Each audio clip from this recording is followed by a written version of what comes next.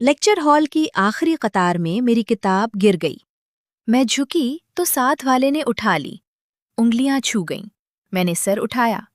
University fellow تھا۔ نام تھا علیان۔ سادہ قمیض، پرسکون آنکھیں۔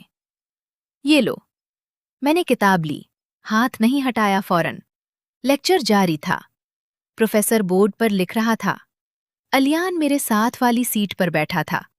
پہلے کبھی بات نہیں ہوئی تھی۔ آج ہاتھ چھو گیا تو نظر بدل گئی۔ لیکچر کے بعد کینٹین میں وہ میرے پاس آ کر کھڑا ہو گیا۔ چائے؟ میں نے سر ہلایا۔ ہم کونے والی میز پر بیٹھے۔ باتیں پڑھائی کی ہوئیں، پھر خاموشی۔ اس نے میرا کپ بڑھا دیا۔ ہاتھ پھر چھو گیا۔ میں نے نہیں ہٹایا۔ اگلے دن لائبریری میں ملا، خاموش کونے میں۔ علیان نے کتاب کی طرف اشارہ کیا۔ یہ والا باب مشکل ہے۔ میں نے دیکھا۔ وہ میرے قریب بیٹھ گیا۔ فاصلہ کم تھا۔ اس نے میرا ہاتھ پکڑ لیا جو صفحے پر تھا۔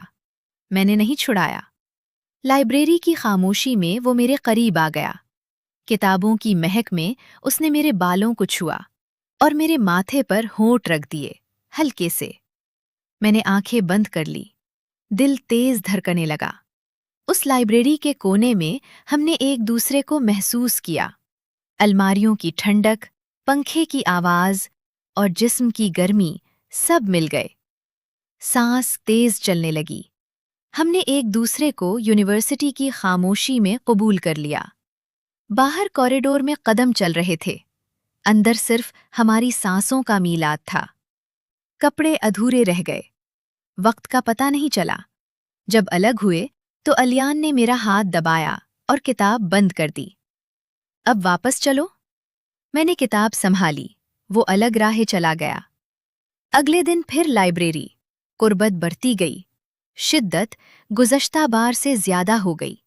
سانس بھاری ہونے لگی۔ کئی ہفتے ایسے گزرے، کبھی لائبریری، کبھی خالی کلاس روم، کبھی کیمپس کے پیچھے والے درخت کے نیچے۔ ہر بار یونیورسٹی کی بھیڑ نے مجھے چھپا لیا۔ کبھی صرف لمس، کبھی بوسہ، کبھی مکمل طور پر ایک دوسرے کے قریب ہو جانا۔ میں جانتی تھی یہ فیلو ہے، مگر کتابوں اور درختوں نے سب چھپا لیا۔ سیمسٹر ختم ہونے لگا۔ علیان نے بتایا کہ وہ دوسرے کیمپس منتقل ہو رہا ہے۔ میں نے صرف صفحے کی طرف دیکھا۔ آخری ملاقات لائبریری کے اسی کونے میں ہوئی۔ ہم نے آخری بار ایک دوسرے کو محسوس کیا۔ شدت زیادہ تھی۔ جب الگ ہوئے تو اس نے میرا ہاتھ مضبوطی سے پکڑا اور سر ہلایا۔ ملتے رہیں گے؟ میں نے جواب نہیں دیا، بس کتاب اٹھا کر نکل گئی۔